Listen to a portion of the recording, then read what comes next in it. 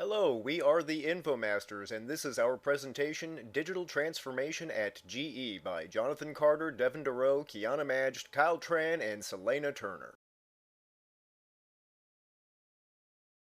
In our presentation, we are going to give an introduction and overview of Immelt's vision. We're going to talk a little bit about GE and the Industrial Internet of Things. We're going to talk about the Predix platform, trying to sell Predix, and ultimately what went wrong.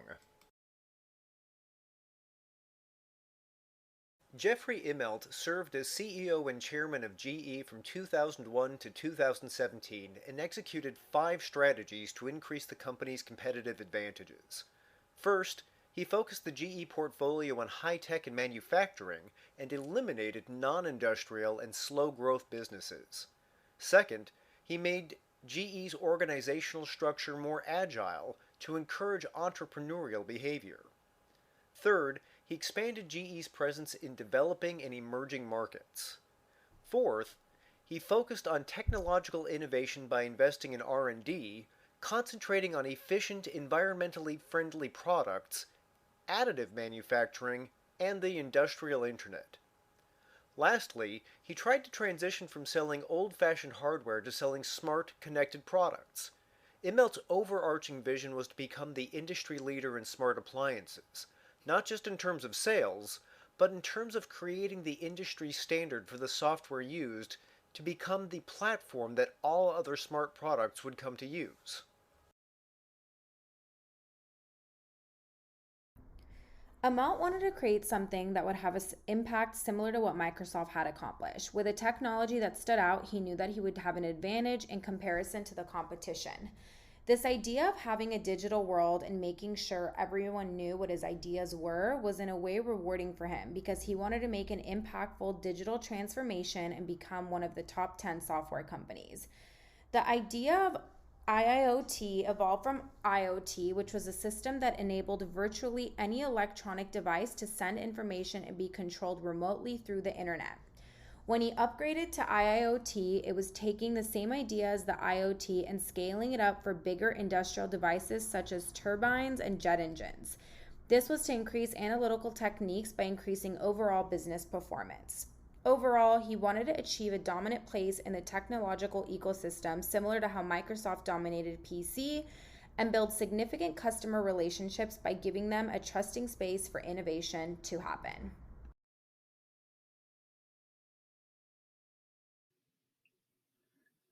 So in order to achieve Immelt's vision, GE would need to develop an operating system that can integrate all of GE's software and hardwares. This operating system will allow GE to optimize their hardware's performance by gathering data and machine analytics. Immelt also wanted to take advantage of GE's internal network to test run this operating system. And once it's ready, GE will roll out Predix platform to its existing customers.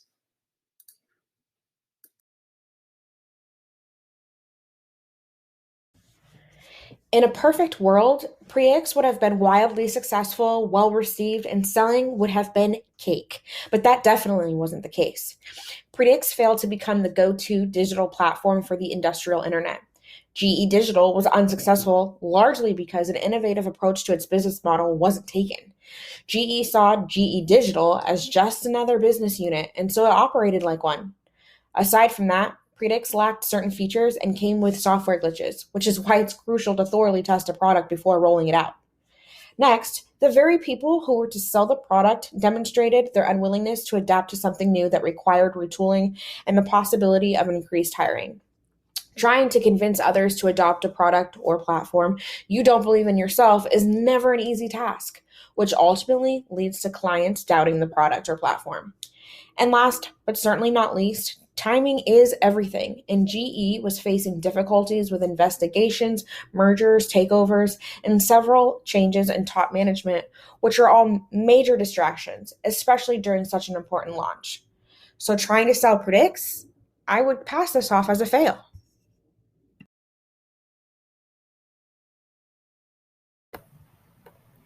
So let's go ahead and get into the downfall of GE and the Predix platform overall. So what went wrong? First, we'll look at the loss of strategic focus.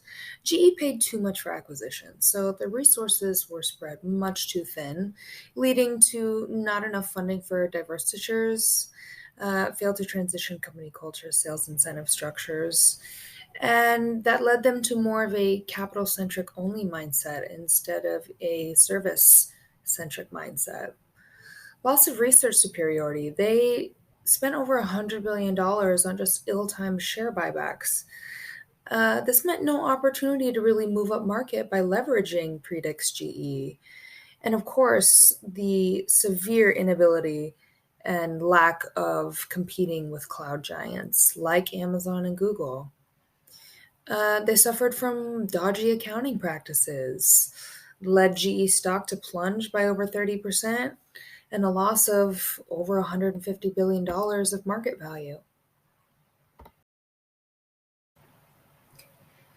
Thank you for listening to our presentation, and we will see you all in class. Thanks, guys.